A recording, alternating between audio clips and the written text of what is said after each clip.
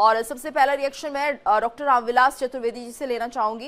रामविलास जी, आपसे हम समझना चाहेंगे कि आखिर जिस तरह से पश्चिम बंगाल में मूर्तियों को तोड़ा गया है, 50 से 60 मूर्तियां हैं, तोड़ दी गई हैं, सीसीटीवी में अपराधी दिख रहे हैं, लेकिन आरोपियों पर किसी तरह की कार्रवाई नहीं हो रही है, तो क्या ममता सरकार में हिंदू सुरक्षित नहीं है? और अगर उनके साथ कुछ गलत होगा तो उनके आरोपियों पर कार्रवाई भी नहीं की जाएगी? नमस्कार।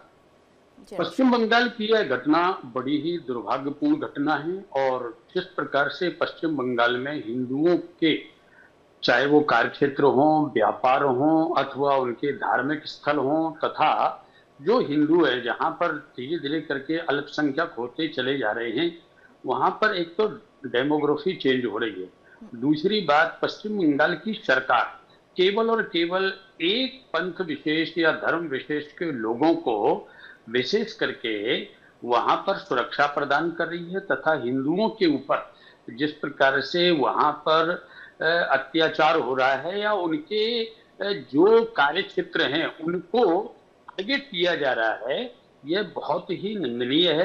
पश्चिम बंगाल की सरकार को अतिशीघ्र अपनी राजनीतिक स्वार्थ को छोड़ करके और समस्त समाज को समता के साथ, एकता के साथ उनकी सुरक्षा करना और उनका संरक्षण करना ये परम कर्तव्य है।